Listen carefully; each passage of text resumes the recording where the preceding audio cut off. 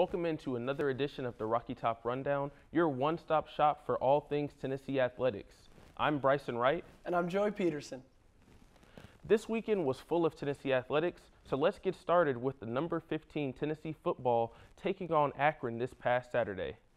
Tennessee entered this Saturday looking for their first 3-0 start since 2016, and we've got all the highlights from the game. Starting here in the first quarter with Tennessee up 7, Hendon Hooker launches it deep, and freshman receiver Squirrel White comes down with the ball with a corner draped all over him. As a freshman, that's just a perfect way to build up trust with Hendon Hooker.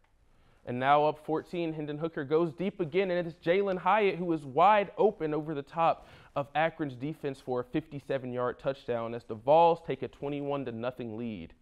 Next up, Akron down 28 is trying to make something happen, but running back Daniel George coughs up the ball, and the Tennessee Volunteers recover in the end zone.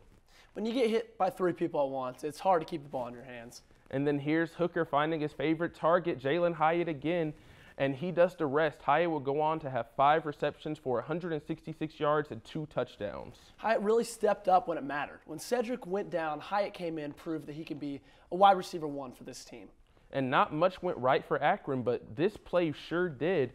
Akron punter Noah Getman jukes out a ball and safely delivers a punt. Not really the best punt, but definitely better than it getting blocked. And now time for some young Vols to get in the action. Elijah Herring gets into the backfield and demolishes quarterback DJ Irons. You know, it's awesome seeing these freshmen involved in these kind of games.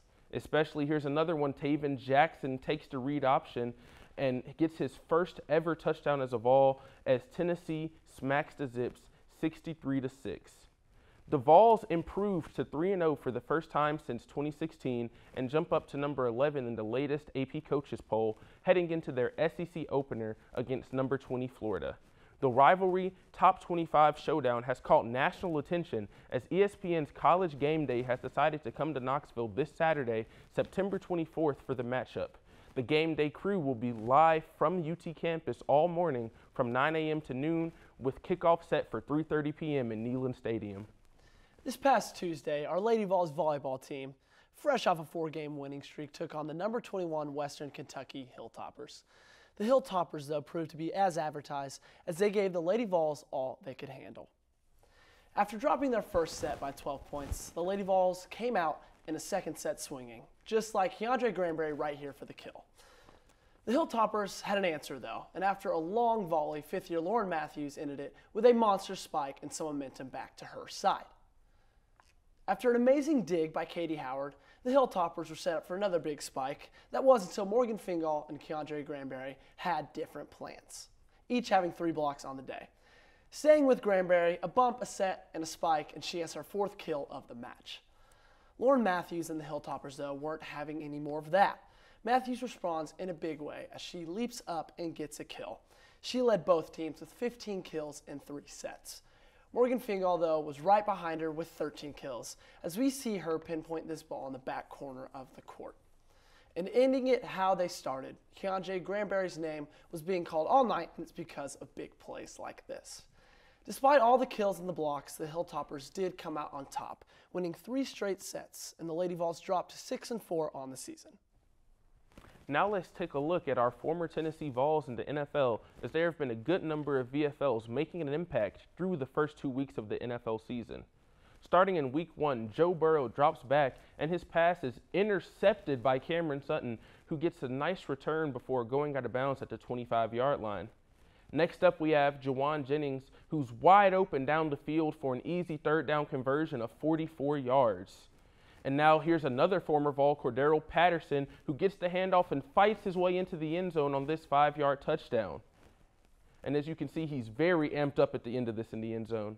You know, Cordero continues to prove he's the most versatile player in the NFL. He can do it at the running back position, he can do it at the wide receiver position, and even on special teams. Moving on to Week 2, Justin Herbert, he drops back and finds VFL Josh Palmer for a 5-yard touchdown strike late in the game. Palmer proving to be very faithful for Herbert. And now on to Saints Bucks. Here's the big man, Shy Tuttle, sacking Tom Brady. What a big play for Shy. And then here's Darrell Taylor making a tackle on 3rd and goal, one of his 2 tackles for loss on the day.